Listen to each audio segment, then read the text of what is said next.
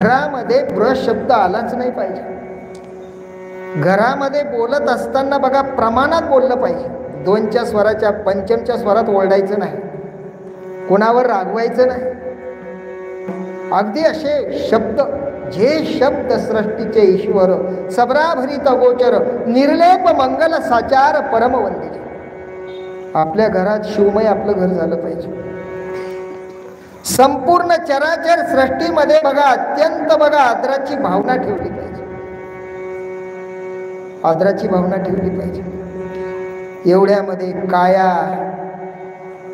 महादेव म्हणे काया पडो तेथे शंभूराया. महादेव प्रभू म्हणतात की महादेवा माझं हे शरीर तुझ्या दारी पडलं पाहिजे सेवे करायला. म्हणून काया वाचा मनानं कोणालाच दुःख देऊ नये. कोण्याही जीवाचा नगडो मत्सर, कुणाचाच मत्सर करू नये. प्रत्येक जीव शिवरूप आहे. प्रत्येक चराचरामध्ये माझा शिव भरून उरलेला आहे.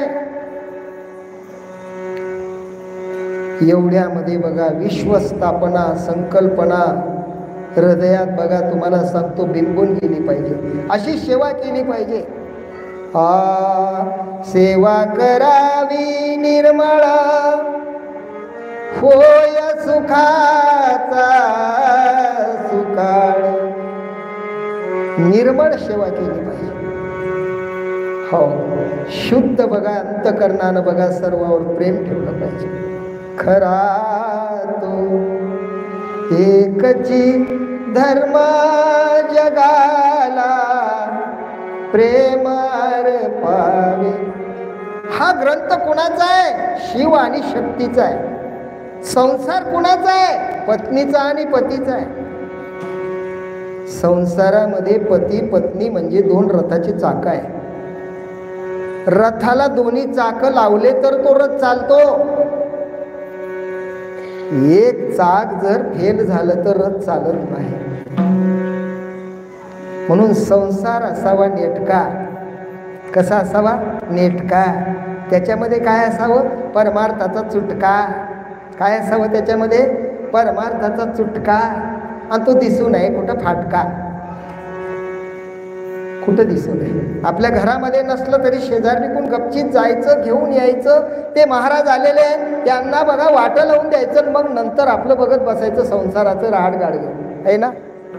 का त्या महाराजांना देखतच आरडाओरडा करायचा. आणा दूध, आणा पत्ती, आणा साखर. एक तास आरड्या ओरड्यात गेल्याचं तर महाराज म्हणते नको नको खूप झाला चहा, दुसऱ्या वेळेस घेऊ. लोभ असावा. येतो संसार करावा नेटका, त्याच्यामध्ये असावा परमार्थाचा चुटका. तो दिसू नाही कुठं फाटका. अवघाची संसार सुखाचा खेळी, ज्या सुखा कारणे देव वेडा झाला. वैकुंठ सोडून भक्ती सदनी राहिला. म्हणून एवढ्यामध्ये अशा प्रकारची शिवजीची कृपा केली पाहिजे. शिवलिंगाची स्थापना केली पाहिजे.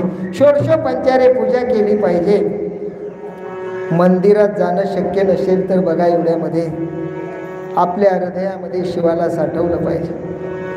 आपल्या हृदयामध्ये त्या शिवाची स्थापना केली पाहिजे. ओम नमः शिवाय मंत्राचा जप केला पाहिजे. मोठ्या प्रमाणात जेवढा तुम्ही जप करताल तेवढी तुमच्या अंगामध्ये शहाणपण येईल.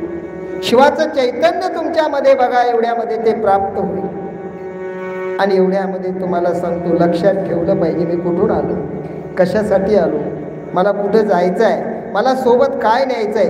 अंतकरण शुद्ध होतं. अंतकरण शुद्ध होतं. जोपर्यंत तुमचं आमचं अंतकरण शुद्ध होत नाही, नाही निर्मळ जीवना तेथे काय करील साबन. अंतकरण निर्मळ करण्याची साबण आहे शिवपुराण. शुद्ध अंतकरण म्हणजे बघा तुम्हाला सांगतो आतील शिवतत्व प्रगट होत. नित्यानं जप केला पाहिजे. कोणाची निंदा करू नये, कोणाबरोबर संघर्ष करू नये. आपला वेळ इकडं तिकडं घालवायचा नाही.